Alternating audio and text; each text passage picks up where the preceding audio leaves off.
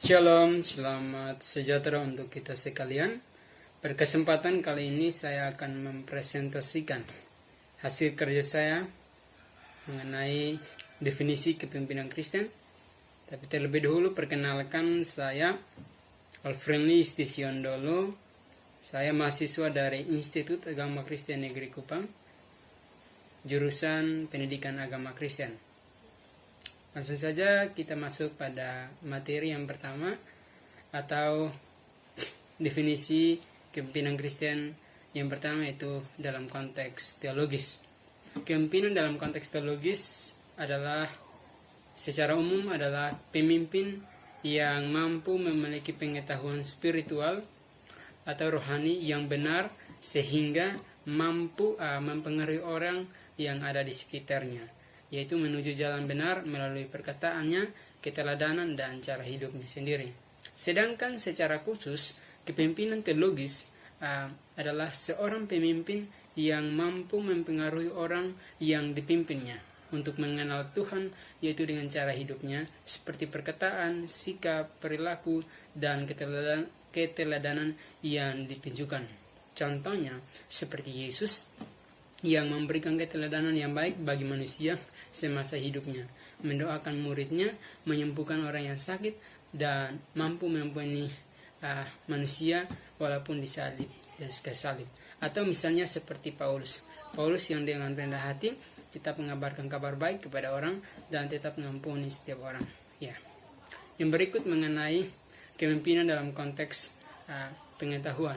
Secara umum, pemimpin dalam konteks pengetahuan adalah pemimpin yang memiliki pengalaman dalam dunia pendidikan, baik secara formal dan juga informal, dan juga memiliki pengetahuan yang secara luas atau universal dalam dunia pendidikan.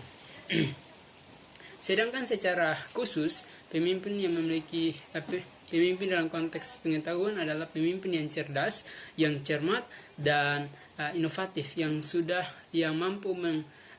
berpengalaman dan bisa mentransfer pengetahuannya itu kepada orang yang membutuhkan. Contohnya, seorang guru yang berbagi cara teknik pengetahuannya mengenai penguasaan soal perkalian dan mengenai menguasai soal kelas di sekolah, ataupun sebagai seorang guru yang mampu memberikan kemampuan atau pengetahuannya itu kepada muridnya sendiri. Kemudian yang berikut mengenai kepemimpinan dalam konteks ekonomi. Definisi kepemimpinan dalam konteks ekonomi secara umum adalah orang yang mampu mengelola sumber daya yang ada untuk kepentingan bersama dan dapat mengalurkan kepada yang membutuhkan. Sedangkan secara khusus, pemimpin secara ekonomi adalah seseorang yang mampu mengatur sistem penggunaan uang secara baik dengan memakainya seperlunya, yakni untuk hal-hal yang dibutuhkan, bukan sesuka hati, sehingga uang yang dimiliki tidak cepat habis secara sia-sia dengan tanpa tujuan yang baik. Contohnya, seorang ibu yang mempergunakan uang belanjaan rumah secara baik dan sesuai dengan kebutuhan keluarga. Dan yang berikut, definisi kepemimpinan dalam konteks politik. Secara umum adalah pemimpin yang menguasai potensi dan peran daripada aktor lain yang ada untuk mengkontribusi dengan pemerintah guna mewujudkan kebaikan bersama. Sedangkan secara khusus, kepemimpinan secara politik adalah orang yang cakap dan mampu memberikan solusi dalam setiap problema atau masalah anggota individu yang dipimpinnya menuju pada suatu kesejahteraan bersama. Contohnya, pengentasan angka kemiskinan oleh pemerintah pusat yang diselenggarakan oleh Bapak Presiden Joko Widodo berupa bantuan tunai dan program yang lain berupa BLT, KIP, kartu miskin, dan lain sebagainya. Yang berikut mengenai definisi kepemimpinan dalam konteks budaya.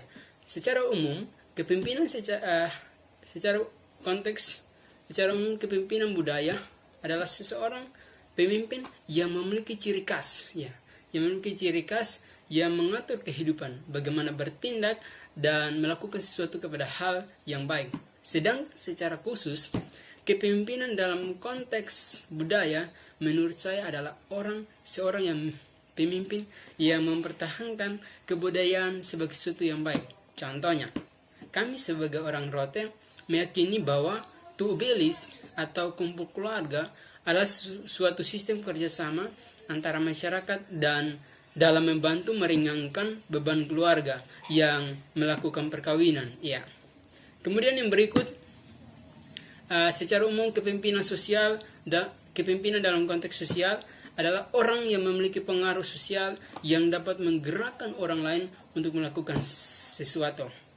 Sedangkan secara khusus, menurut saya kepemimpinan sosial adalah individu yang membangun relasi yang baik dengan sesamanya, yaitu untuk memahami dan mengetahui masalah dalam kehidupan masyarakat setempat, ya, sehingga dapat memberikan solusi atas problema yang dialami oleh masyarakat setempat. Contohnya, seorang kepala desa yang tugasnya tidak hanya menjalankan sebagai kepala desa di kantor desa, tetapi juga harus mampu membangun relasi yang baik, relasi yang harmonis dengan sesama, yakni masyarakat, dan juga melihat secara langsung atau langsung masalah dan kebutuhan daripada masyarakat sekitar, ya, atau kebutuhan dari masyarakat sendiri. Sekian dan terima kasih. Tuhan Yesus kiranya memberkati. Shalom.